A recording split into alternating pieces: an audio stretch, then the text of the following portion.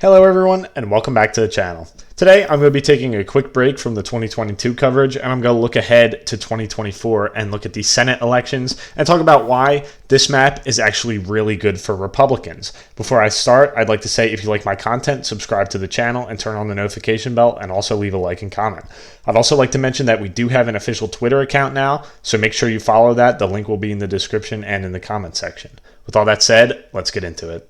So I'm going to start by filling in all of the seats that Democrats currently hold in the current Congress that are up for re-election in 2024. And those states are Washington, California, Nevada, Arizona, New Mexico, Hawaii, Montana, Minnesota, Wisconsin, Michigan, Ohio, West Virginia, Virginia, Maryland, Delaware, Pennsylvania, New Jersey, New York, Vermont, Massachusetts, Connecticut, Rhode Island, and Maine. And I think that is all. And of course, Vermont and Maine are both independent senators, but they both caucus with Democrats, so I'm counting them for the Democrats here.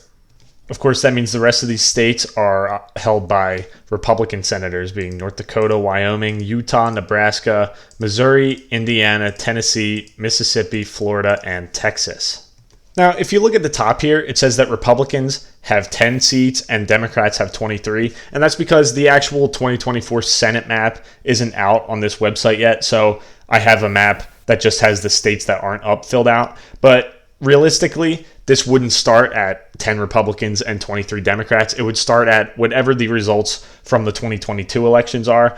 For the sake of this video, we're going to say that Republicans have 53 seats in the Senate after the 2022 elections. That's not my official prediction, but that's what we're going to talk about for the sake of the video. Now, the reason that this Senate map is so advantageous for Republicans is because of which seats are up. If you look at all of the Republican states, Donald Trump won every single one of these red states twice. And so in 2024, he's probably favored to win them again if he runs, and he would be able to drag Republican senators across the finish line in all of these states that already have voted for him twice. The only somewhat competitive states in this set of Republican senators are Texas and Florida, and both of them are very clearly Republican advantaged going into 2022 and 2024. Looking at the Democratic senators, they are in a much worse position because a lot of their seats that they hold in this set of Senate seats are in states that Donald Trump won at least once in 2016. He won Wisconsin, Michigan, Pennsylvania. He won Ohio, West Virginia, and Montana twice, and he also won Arizona once in 2016. And both elections, he came really close to winning in Nevada. So it's very clear that Republicans have a huge advantage in the 2024 elections. So I'm going to go through each Democratic state that I think could flip and explain why I think they could flip and what order they would flip in. So the first state I'm going to talk about here is probably the most obvious state that Republicans could flip in 2024, and that's West Virginia. The seat is held by Joe Manchin, and Joe Manchin is a lot more likely to win in West Virginia than basically any other Democrat. But the last time he won was in 2018. Democrats won the national popular vote by over 9 points, and Joe Manchin still only won his Senate seat by 3 points. West Virginia, of course, is a state that voted for Donald Trump by around 40 points in both elections that he ran in. And so even if Joe Manchin runs again, it's probably going to be a loss for him because I just don't see that much split ticketing in West Virginia in 2024. Plus, there's always the possibility that Joe Manchin retires in 2024, which I think would make West Virginia an automatic flip for Republicans. The next state I'm going to talk about is the state of Montana.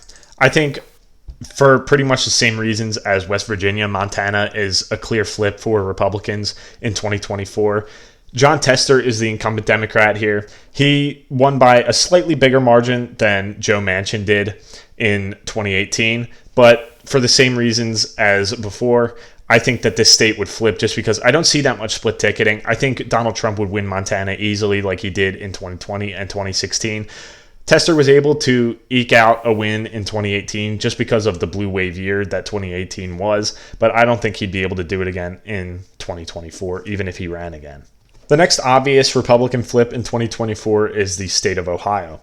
Ohio has been trending Republican for the last decade or so. Sherry Brown won by around 6 points against a weak candidate in 2018. He still underperformed the national environment, and it was a blue wave year. In 2024, he's going to be on the presidential ticket whether he likes it or not. Joe Biden did not perform well in Ohio. Trump won the state twice by over 8 points. So I do think Sherrod Brown, even if he runs for re-election, he's going to probably lose. I will say that although Ohio is trending in Republicans' favor, it's obviously a much less red state than Montana or West Virginia. And Sherrod Brown does still have some blue-collar support. He would be able to get that Rust Belt base to maybe get him to lose by a close margin, but I do still think he would lose. So that does it for all the obvious flips on the Senate map. Like I said earlier, this would start Republicans at 53 to 47, just saying that they could do that in the 2022 midterms, not necessarily that they will, but they could. And if they picked up these 3 seats alone, they would be going into 2025 with 56 Senate seats.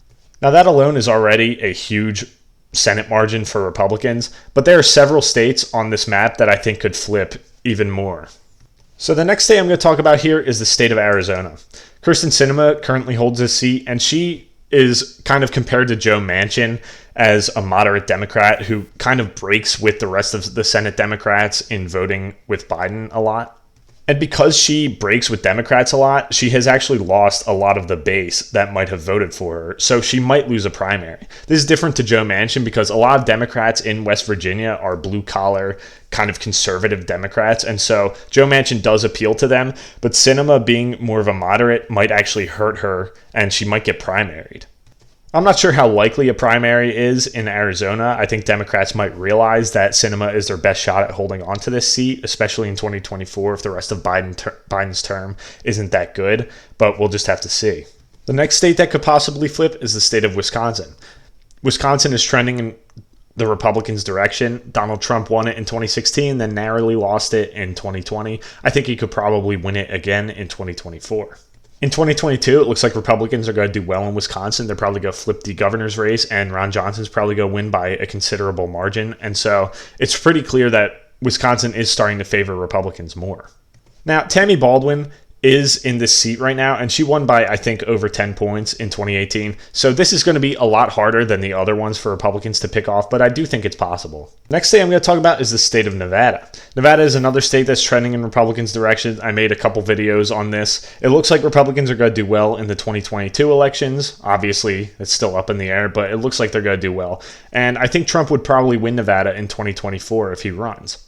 Jackie Rosen currently holds this seat, and she did beat an incumbent in 2018, Dean Heller, but she also underperformed the national environment by around 4 points. If Republicans were able to get a good candidate to run against her in Nevada, I do think that this one could flip. Next state I'm going to talk about is the state of Michigan. Debbie Stabenow currently holds this seat. She won by 6 points, I think, or 6.5 points in 2018 against John James, and like I said before, in 2018, the national environment was D+9, so Michigan is another state that the Democrat underperformed the national environment in.